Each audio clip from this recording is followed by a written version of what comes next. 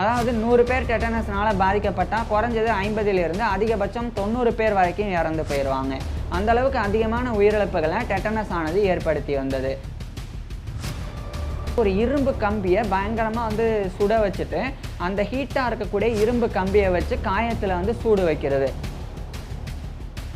Tetanus ஏற்பட்டாலே 3லிருந்து 4 வாரங்கள் வரைக்கும் அடிக்கடி இந்த மசில் ஸ்பாசம்ஸ் ஏற்பட்டுக்கிட்டே இருக்கும். அது தாங்க முடியாத வலியை கொடுக்கக்கூடியதாக இருக்கும். ஸோ அதிலிருந்து தப்பிக்கிறதுக்காக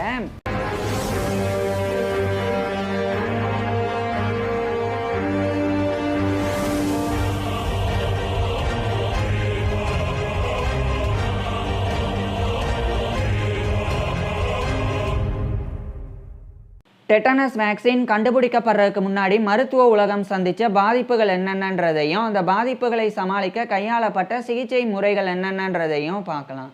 டெட்டனஸ் வேக்சின் கண்டுபிடிக்கப்படுறதுக்கு முன்னாடி உலகத்தில் வாழ்ந்து வந்த எண்ணிலடங்காத மனிதர்களினுடைய உயிரிழப்பிற்கு டெட்டனஸ் என்ற பாக்டீரியல் இன்ஃபெக்ஷன் காரணமாக இருந்திருக்கு. இந்த டெட்டனஸோடைய மொர்டாலிட்டி ரேட் இறப்பு விகிதமானது மினிமம் 50 to மேக்ஸிமம் 90% இருந்தது. அதாவது 100 பேர் டெட்டனஸ்னால பாதிக்கப்பட்டால் குறைஞ்சது 50லிருந்து அதிகபட்சம் 90 பேர் வரைக்கும் இறந்து போயிடுவாங்க. அந்த அளவுக்கு அதிகமான உயிரிழப்புகளை டெட்டனஸ் ஆனது ஏற்படுத்தி வந்தது. இது மனிதர்களையும் பாதிக்கும், விலங்குகளையும் பாதிக்கும். டெட்டனஸ் ஏற்பட்டால் காய்ச்சல், தலைவலி மாதிரியான சாதாரண அறிகுறிகள் தான் ஆரம்பத்தில் தென்படும். ஆனால் போக போக ஸ்வெட்டிங், அதாவது அதிகமாக வேர்வை வெளியேறது, ட்ரபிள் ஸ்வாலோயிங், அதாவது உணவு முழுங்குறதுல சிரமம் ஏற்படுறது, high blood pressure, fast heart rate, இது மாதிரியான அறிகுறிகளும் தென்பட ஆரம்பிக்கும். அது மட்டும் இல்லாமல் இந்த டெட்டனஸ் ஏற்பட்டாலே muscle spasms and muscle rigidity இதுதான் அதிகமாக மோசமான பாதிப்பை ஏற்படுத்தும். அதாவது தசை பிடிப்பு மற்றும் தசை விரைப்பு, இந்த பாதிப்பை தான் டெட்டனஸ் ஏற்படுத்தும். குறிப்பாக இந்த டெட்டனஸ் ஏற்பட்ட உடனே ஃபஸ்ட்டு ஜா, நம்மளுடைய தாடையில் தான் இந்த பிடிப்பு ஏற்படும். அதனாலே இதுக்கு லாக் ஜா அப்படின்னு இன்னொரு பேரும் இருக்குது. ஸோ தாடையில் ஆரம்பித்து அடுத்து அது உடல் முழுக்க இந்த தசை பிடிப்பை ஏற்படுத்தும். இந்த தசை பிடிப்பும் தசை விரைப்பும் எந்த அளவுக்கு மோசமாக இருக்கும் அப்படின்னா நம்மளுடைய போன் ஃப்ராக்சர் ஆன அளவுக்கு, அதாவது நம்மளுடைய எலும்பு உடையிற அளவுக்கு அந்த தசை பிடிப்பு மற்றும் விரைப்பு இருக்கும். ஸோ இந்த அளவுக்கு ரொம்ப கொடூரமான பாதிப்பை ஏற்படுத்தக்கூடியது தான் இந்த டெட்டனஸ் அப்படின்றது. இந்த டெட்டனஸே 4 டைப்ஸாக இருக்குது. Generalised tetanus, localised tetanus, cephalic tetanus, neonatal tetanus அப்படின்னு இருக்குது. இது ஒவ்வொன்றும் ஏற்ற மாதிரி சில அறிகுறிகளை கொடுக்கும். ஸோ இப்பேற்பட்ட டெட்டனஸை சமாளிக்க முடியாமல் அந்த காலகட்டத்தில் மருத்துவ உலகம் திணறி வந்தது. இருந்தபோதும் கூட இந்த டெட்டனஸை சமாளிக்கிறதுக்காக சில சிகிச்சை முறைகளை அந்த காலகட்டத்தில் மருத்துவர்களும் விஞ்ஞானிகளும் பின்பற்றினாங்க. அதில் நம்பர் 1 இந்த டெட்டனஸ் ஏற்பட்டாலே ஃபஸ்ட்டு ஊன் கிளீனிங் பண்ணுறது, அதே மாதிரி அதுக்கேற்ற மாதிரி காட்டரைசேஷன் பண்ணுறது. அதாவது இந்த டெட்டனஸே பொதுவாக நம்மளுடைய காயங்கள் வழியாக தான் பரவுது அப்படின்றது கண்டறியப்பட்டது. குறிப்பாக 1884ஆம் ஆண்டு ஆர்த்தர் நிக்கோலையர் அப்படின்ற ஒரு ஜெர்மனியை சேர்ந்த மருத்துவர் மண், அதே மாதிரி விலங்குகளினுடைய கழிவுகள், இதிலெல்லாம் இருக்கக்கூடிய பாக்டீரியம் தான் டெட்டனஸ் ஏற்படுறதுக்கு காரணம் அப்படின்றத கண்டறிஞ்சு சொன்னாங்க. அதுக்கப்புறமா ஆண்டோனியோ காரல், அதே மாதிரி ஜார்ஜியோ ராட்டோன் அப்படின்ற 2 இட்டாலியை சேர்ந்த மருத்துவர்கள், அவங்க தான் இந்த டெட்டனஸ் எப்படி ஏற்படுது, அதுக்குண்டான காரணம் என்ன அப்படின்ற தெளிவான விளக்கத்தை கொடுத்தாங்க. அதுக்கப்புறம் நிறைய விஷயங்கள் புரிய வந்தது. இப்போ இந்த டெட்டனஸ் ஏற்படுறதுக்கு நம்மளுடைய காயங்கள் தான் காரணம். ஏன்னா இப்போ கால்லையோ அல்லது உடம்புல வேற எங்கேயா காயம் இருந்ததுன்னா அது வழியாக டெட்டனஸ் பாக்டீரியம் பரவி நமக்கு இந்த தசை பிடிப்பு இது மாதிரியான பிரச்சனைகளை ஏற்படுத்துது. ஸோ அதனால ஃபர்ஸ்ட் காயம் ஏற்பட்டால் அந்த காயத்தை தூய்மைப்படுத்தணும். அது மாதிரி சில முறைகளை பின்பற்றினாங்க. குறிப்பாக கார்போலிக் ஆசிட், அந்த மாதிரியான ஆசிட்டை பயன்படுத்தி காயங்களை சுத்தப்படுத்த முயற்சி செஞ்சாங்க. அதுக்கப்புறம் காட்டரைசேஷன் பண்ணாங்க. அதாவது ஒரு இரும்பு கம்பியை பயங்கரமாக சுட வச்சுட்டு அந்த ஹீட்டாக இருக்கக்கூடிய இரும்பு கம்பியை வச்சு காயத்தில் சூடு வைக்கிறது.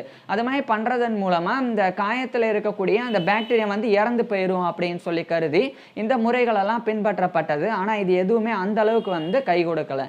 அதுக்கப்புறமா தான் 1889ஆம் ஆண்டு கீட்டசாட்டோ சீபசாபரோ அப்படின்ற ஜப்பானை சேர்ந்த ஒரு விஞ்ஞானி, ஒரு மருத்துவர், அவர் இந்த கிளாஸ்ட்ரீடியம் டெட்டானி அப்படின்ற ஒரு பாக்டீரியம் தான் டெட்டனஸ் அப்படின்ற பாதிப்பை ஏற்படுத்துது அப்படின்ற கண்டறிஞ்சு சொன்னாங்க. அதே மாதிரி அந்த பாக்டீரியம் ஒரு நியூரோடாக்சினை உற்பத்தி செய்யுது அப்படின்றதையும் கண்டறிஞ்சாங்க. நியூரோடாக்சின் அப்படின்னா மைய நரம்பு மண்டலத்தை பாதிக்கக்கூடிய, குறிப்பாக நம்மளுடைய நரம்பு மண்டலத்தை பாதிக்கக்கூடிய டாக்ஸின், ஒரு நச்சுத்தன்மையான பொருள். ஸோ அதை அந்த கிளாஸ்ட்ரீடியம் டெட்டானி அப்படின்ற பாக்டீரியம் உற்பத்தி செய்யுது அப்படின்றத கண்டறிஞ்சு சொன்னாங்க. அது மட்டும் இல்லாமல் அந்த கிளாஸ்ட்ரிடியம் டெட்டானி வந்து ஸ்போர்ஸ் வித்திகளையும் உற்பத்தி செய்யுது அப்படின்றத அவர் தான் வந்து கண்டறிஞ்சு சொன்னாங்க. இந்த ஸ்போர்ஸ் எப்படி இருக்கும்னா மண்ணில் வந்து பல ஆண்டுகள் குறிப்பாக 40 ஆண்டுகளுக்கும் மேலே உயிர் வாழக்கூடிய தன்மையை கொண்டு இருக்கும். குறிப்பாக அனோரோபிக் அது வந்து இந்த காற்றில்லா சூழலில் ஆக்சிஜன் இல்லாத சூழலில் வாழக்கூடிய தன்மையை கொண்டு இருக்கு. ஸோ மண்ணிலலாம் இந்த மண்ணில் அதேமாதிரி கழிவுகள்லாம் இந்த பாக்டீரியம் இருக்கும்போது அது தெரியாமல் நம்மளுடைய கால்லையோ அல்லது உடம்புலையோ காயம் இருந்து அது நம்ம மண்ணில் விழுந்து அதன் மூலமாக அந்த காயத்தின் வழியாக அந்த ஸ்போர்ஸ் வந்து பரவி அந்த ஸ்போர்ஸ் தான் வந்து கிளாஸ்ட்ரிடியம் டெட்டானி அப்படின்ற பாக்டீரியமா மாறி நியூரோடாக்சினை உற்பத்தி செஞ்சு நமக்கு இந்த மசில் ஸ்பாசம்ஸ் அதே மாதிரி ரிஜிடிட்டி இந்த மாதிரி பாதிப்புகளை வந்து ஏற்படுத்துது. ஸோ அதெல்லாம் வந்து 1889ஆம் ஆண்டு கீடசாடோ சீபசாபரோனால கண்டறியப்பட்டது. அதுக்கப்புறம் அதுக்கேற்ற மாதிரி சில சிகிச்சை முறைகளும் வந்து பின்பற்றப்பட்டது. குறிப்பாக வந்து அந்த காலகட்டத்திலலாம் சிடட்டிவ்ஸ் வந்து பயன்படுத்தினாங்க. அதுலேயும் குறிப்பாக அந்த ஓபியம் அதுக்கப்புறம் வந்து குளோரல் ஹைட்ரேட் அதே மாதிரி இன்னும் வந்து புரோமைட்ஸ் இது மாதிரியான மருந்துகள்லாம் பயன்படுத்தினாங்க. இதெல்லாம் பொறுத்த வரைக்கும் சீக்கிரம் வந்து தூக்கத்தை வரவழைக்கும். அது மாதிரி அதை வந்து பயன்படுத்தினாங்க. அதுக்கப்புறமா வந்து இன்னும் சில முறைகளை இந்த மசில் ரிலாக்ஸன்ஸையும் பயன்படுத்தினாங்க. அதாவது தசை பிடிப்பை வந்து நம்மளை அந்த தசை பிடிப்பை வந்து போக்குறதுக்காக நம்மளுடைய தசைகளை வந்து ரிலாக்ஸ் பண்ணுறதுக்காக சில மருந்துகள் பயன்படுத்தினாங்க. அதில் குறிப்பாக சொல்லப்போனால் இந்த பார்பிச்சுரேட்ஸ் அதே மாதிரி மோர்ஃபின் இது மாதிரியான மருந்துகளை பயன்படுத்தினாங்க. ஸோ இந்த மாதிரியான முறைகளும் வந்து பின்பற்றப்பட்டது. அதுக்கப்புறமா வந்து இந்த டெட்டனஸ் ஏற்பட்டாலே மசில் ஸ்பாசம்ஸ் ஏற்படுது. ஸோ அது வந்து அதிகப்படியான நாய்ஸ் அதாவது சத்தம் அதே மாதிரி அதிகப்படியான ஒளி லைட் இதெல்லாம் வந்து இருந்தாலே அது வந்து அதிகமாக தசை பிடிப்பை வந்து தூண்டுது அப்படின்னு சொல்லி இந்த டெட்டனஸ்னால பாதிக்கப்பட்டவங்களை ஐசோலேட் பண்ணுறது. குறிப்பாக டார்க் ரூமில் அங்கே எந்த சவுண்டும் வந்து கேட்கக்கூடாது. அது மாதிரி அறைகளில் வந்து இந்த டெட்டனஸ்னால பாதிக்கப்பட்டவங்களை அங்கே வந்து போக வச்சுருவாங்க. ஸோ அப்போ வந்து அவங்களுக்கு தேவையில்லாத சத்தமும் அதாவது அதே மாதிரி ஒளியும் வந்து இருக்காது. அதன் மூலமாக தசை பிடிப்பு வந்து அடிக்கடி ஏற்படாது. ஸோ அதுக்காக இதை வந்து பின்பற்றினாங்க. ஏன்னா டெட்டனஸ் ஏற்பட்டாலே 3 to 4 வாரங்கள் வரைக்கும் அடிக்கடி இந்த மசில் ஸ்பாசம்ஸ் வந்து ஏற்பட்டுக்கிட்டே இருக்கும். அது வந்து தாங்க முடியாத வலியை வந்து கொடுக்கக்கூடியதாக இருக்கும். ஸோ அதிலிருந்து தப்பிக்கிறதுக்காக இந்த முறைகளை வந்து பின்பற்றினாங்க. அதுக்கப்புறம் சர்ஜிக்கல் இன்டர்வென்ஷன்ஸ் இதை பொறுத்த வரைக்கும் வந்து சில நர்வ் சர்ஜரிஸ் அதாவது நரம்பு அறுவை சிகிச்சைகள்லாம் பண்ணி தசைப்பிடிப்பை வந்து போக்கணும் அப்படின்னு முயற்சி செஞ்சாங்க. இது லிட்டில் சக்ஸஸை கொடுத்தது. ஆனால் மிகப்பெரிய அளவில் பின் விளைவுகளையும் மிகப்பெரிய பாதிப்புகளையும் ஏற்படுத்தினது. அதனால இதுவும் வந்து அந்த அளவுக்கு வந்து கை கொடுக்கல. அதுக்கப்புறமா வந்து மெக்கானிக்கல் வென்டிலேட்டர் குறிப்பாக வந்து அந்த காலகட்டத்தில் அயன் லங் இருந்தது. ஸோ அதுக்கப்புறம் வந்து மேனுவல் வென்டிலேட்டர் இருந்தது. இதெல்லாம் பயன்படுத்தி காற்று வந்து கொடுக்குற மாதிரி அதாவது சுவாசிக்க வைக்கிற மாதிரி. ஏன்னா இந்த டெட்டனஸ் ஏற்பட்டால் சில பேருக்கு ரெஸ்பிரேட்டரி ஃபெயிலியர் ஏற்படும், சுவாச செயலிழப்பு ஏற்படும்.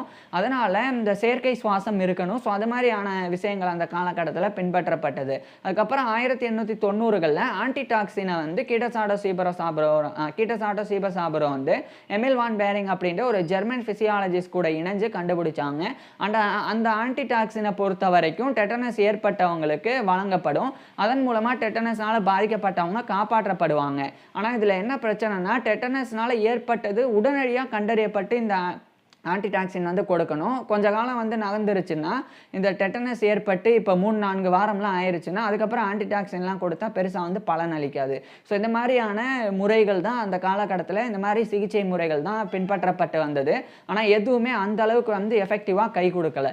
இந்த நிலையில தான் 1924ஆம் ஆண்டு கேஸ்டான் ரமோன் அப்படின்ற ஒரு பிரான்ஸை சேர்ந்த கால்நடை மருத்துவர்னாலையும் அதே மாதிரி பியர் டெஸ்காம்பி அப்படின்ற பிரான்ஸை சேர்ந்த ஒரு விஞ்ஞானினாலையும் தான் இந்த டெட்டனஸுக்கு உண்டான வேக்சின் ஆனது கண்டுபிடிக்கப்பட்டு பயன்பாட்டிற்கு வந்தது.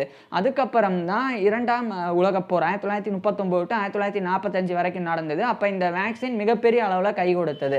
ஏன்னா போரில் ஈடுபடக்கூடிய சோல்ஜர்ஸ் எல்லாருமே அடிக்கடி காயத்தோட கீழே விழுவாங்க மண்ணில். அப்போ அடிக்கடி அந்த காயங்களில் டெட்டனஸை ஏற்படுத்தக்கூடிய ஸ்போர்ஸ் வந்து நுழைஞ்சு பாக்டீரியாமா மாறி நியூரோடாக்சினை செலுத்தி அவங்களுக்கு டெட்டனஸ் பாதிப்பை ஏற்படுத்தும். ஸோ அதனாலேயே கடந்த காலங்களில் போரில் ஈடுபடக்கூடிய நிறைய சோல்ஜர்ஸுக்கு தான் டெட்டனஸ் பாதிப்பு அதிகம் ஏற்பட்டது.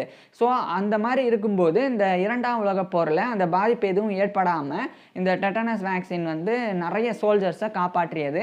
அதுக்கப்புறம் தொடர்ந்து அது வந்து டிடிபி வேக்சின் அப்படின்னு மாறி டிடிடபிள்யூபி டிடிஏபி அப்படின்னு இன்றைய காலகட்டத்தில் அந்த வேக்சின்ஸ் வந்து தொடர்ந்து வழங்கப்பட்டு வருது.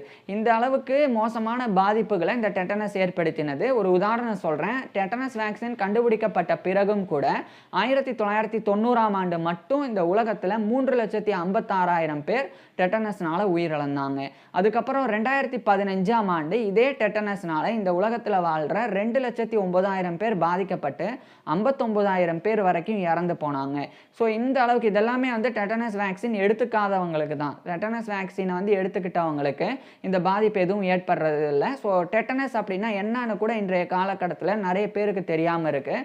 டெட்டனஸ் அப்படின்றது ரொம்ப ரொம்ப ரொம்ப மோசமான பாதிப்பை ஏற்படுத்தக்கூடியது. இன்றைய காலகட்டத்திலலாம் டெட்டனஸுக்காக டயாசிபம், அதுக்கப்புறமா வந்து மெத்தகார்கமல், இது மாதிரியான மருந்துகள்லாம் பயன்படுத்தப்படுது தான். இருந்தாலும் கூட டெட்டனஸ்னால பாதிக்கப்படுறவங்க கிட்டத்தட்ட 10% பேர் இறந்து போயிடுறாங்க இன்னைக்கு வரைக்கும் கூட. அதாவது 100 பேர் டெட்டனஸ்னால பாதிக்கப்பட்டால் குறைஞ்சபட்சம் 10 பேராவது இறந்து போயிடுவாங்க. இவ்வளோ மாடர்ன் டெக்னாலஜி, இவ்வளோ மாடர்ன் மெடிசன்லாம் வந்த பிறகும் கூட இவ்வளோ பேர் வந்து இறந்து போயிடுவாங்க.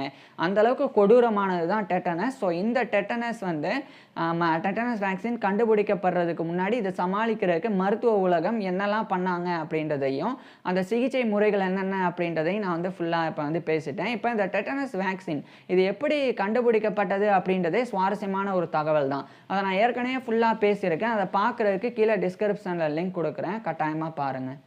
தேங்க்யூ.